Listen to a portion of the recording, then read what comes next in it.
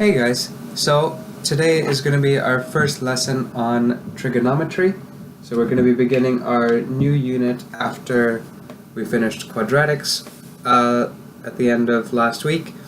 So we're going to be starting a new unit today, which by name you might have heard of before, and it might sound kind of complicated, but it's actually, I think, easier than quadratics. So basically in trigonometry, everything is related to triangles. So the stuff we're going to be working with in this unit, it's all going to relate back to triangles. Okay, so you can use properties of trigonometry outside of the context of triangles. You'll see it in things like Euler's formula, which we'll talk about later on in the unit, just for some fun before your final exam.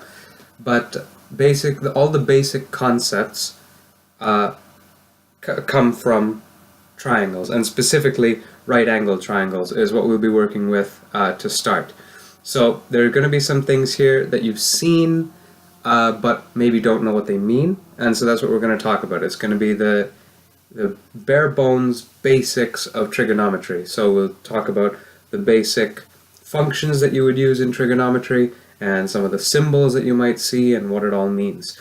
As we progress through the unit, we'll work on developing some more formulas that you can use, and on your final exam, if there's any question that involves those formulas, I will probably give you a formula sheet with all the stuff that we go through in the unit. So don't stress out about trying to memorize equations, just know how to use them when we talk about them, so you can rewatch the videos and whatever if you're struggling to remember what everything means. So with that said and done, we're going to start off with some of the basics of trigonometry, and before we do anything with triangles, we are actually going to talk just a little bit about Greek, just some Greek letters and symbols that you might see.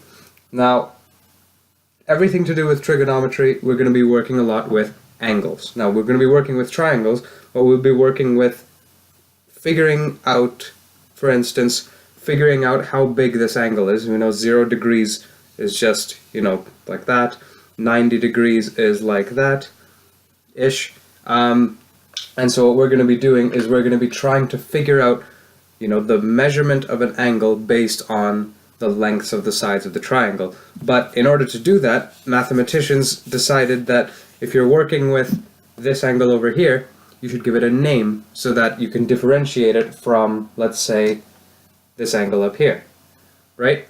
If you don't know the value of either of these angles, then if you say, well, it's that angle in the bottom left, well, what if you rotate this around so that that angle winds up in the bottom left of the image?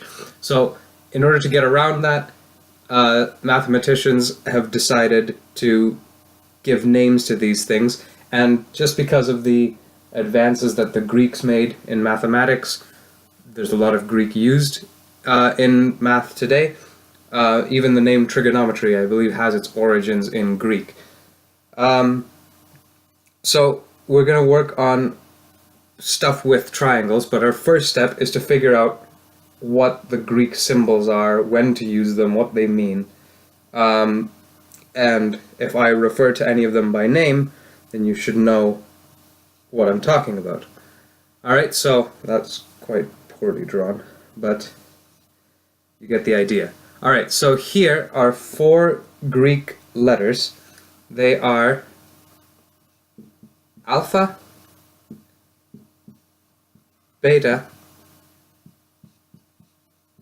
theta, and delta. Now, of course, there are a bunch more Greek letters. We're going to be using probably no more than these 4, maybe not even all 4 of these.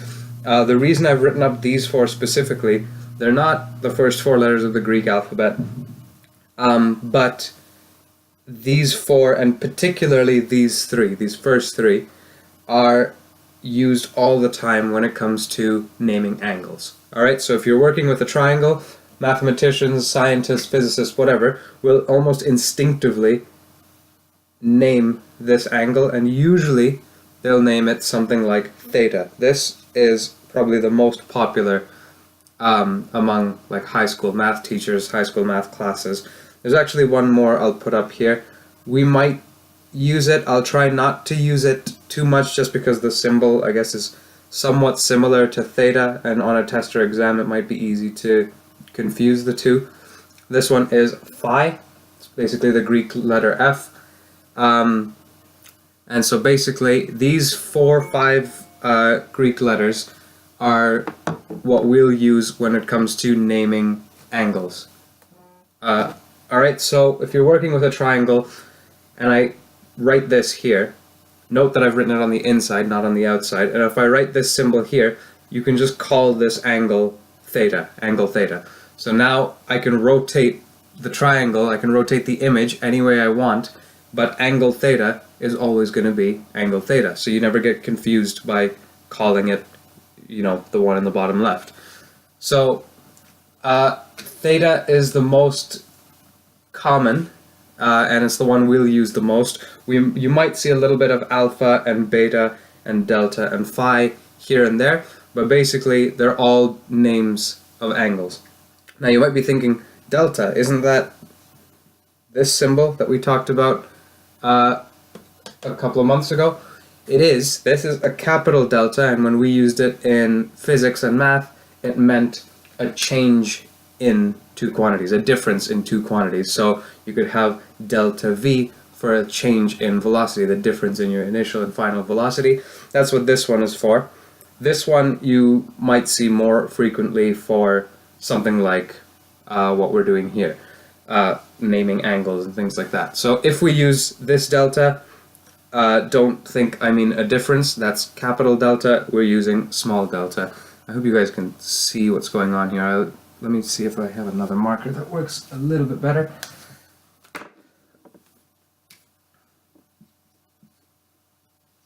I don't know if that works any better. It's not black, so maybe I'll keep using the black one for now, or else...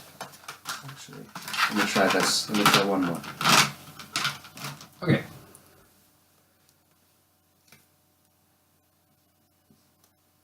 Maybe I'll use that just for a little bit. Alright, so these are the Greek letters that we will come across in this unit. So you might see a little bit of delta and phi, but mostly theta, alpha, and beta. And sometimes we might use just, you know, ABC, regular letters, Latin letters, just to make things easier for ourselves. But, so, let's move on. That's all the Greek that you need to know going into this unit. If anything else comes up, I'll be sure to let you know what all the Greek stuff is before we actually jump into the mathematical side of it. So, here we go. We have a triangle here, and as you can see, I've labeled this angle down here theta. I'm going to get rid of that one because we don't really care for that angle. Now, just a couple of things about angles. Hopefully you remember that putting a square here means that this angle is equivalent to 90 degrees. And you should also know that inside a triangle, the sum of all the angles inside a triangle is always 180 degrees. Okay, so those are two things that you need to know that will help you in this unit. So you should know that the sum of all the angles in a triangle is 180 degrees, and you should know that putting a square over there means that it's a 90-degree angle. So we've got this triangle, we've got a 90-degree angle in the corner, and we've got an angle theta over here. So basically the goal of what we're going to start with is, the goal is to use this angle. If you're given the measurement of this angle, then you can find out the lengths of the sides of the triangle if you're given some more information, or if you're given the lengths of the sides, you can figure out the measurement of the angle. So how does that work? We're going to get to the math of it in just a sec, but once again we got to do a little bit of labeling, a little bit of naming stuff before we can get into that. So in any right triangle, so a triangle that has one right angle, let's say that one goes here, the longest side of the triangle is the one that's farthest away from this right angle. So if you look, there's this side of the triangle is connected to this right angle right here. It's one of the sides of the triangle that actually makes this angle, and the other side down here is also touching this angle. The only side that's far away from that angle is this one up here, and this one is called the hypotenuse. So this is the longest side in any right triangle.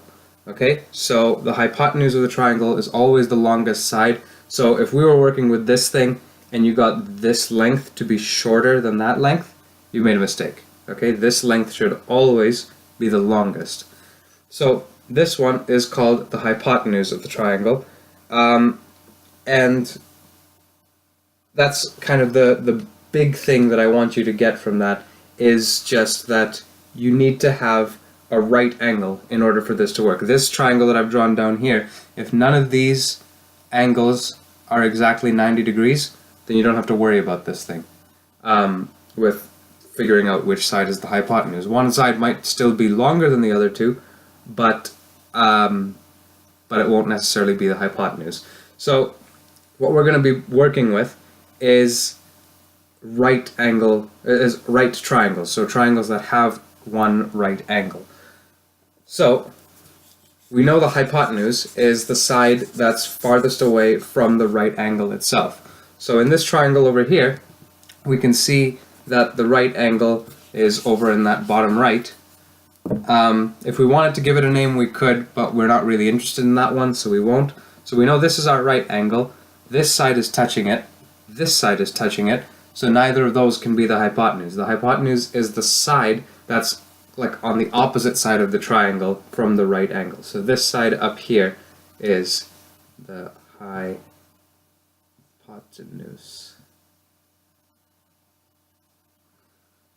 Alright, so you should know that the hypotenuse is the longest side in any right triangle. Now, if we're working specifically with this angle down here, this one in this corner, this side we say is opposite to this angle. So like if this angle is all the way on the left side of the triangle, that side is all the way on the right side of the triangle, so we call it the opposite side. Okay, so we have the hypotenuse, which is the longest side. We have the opposite side, so we've got the angle over here, and the opposite side is all the way over there. And then this one we call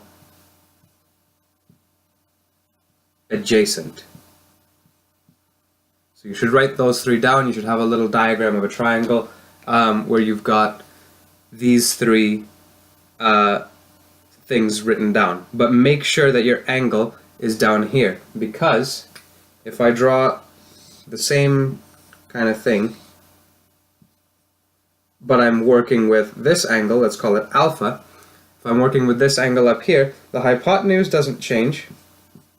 The hypotenuse doesn't change, but now if this is the angle we're interested in, this is the side that's opposite to it. So this becomes our opposite side, and this side over here becomes our adjacent side. So don't worry about drawing this second diagram right now.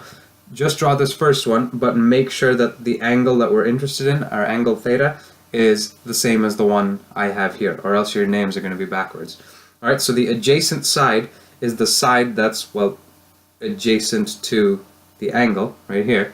The opposite side is the one that's all the way on the other side of the triangle in relation to this angle, and the hypotenuse is always just the longest side of the triangle.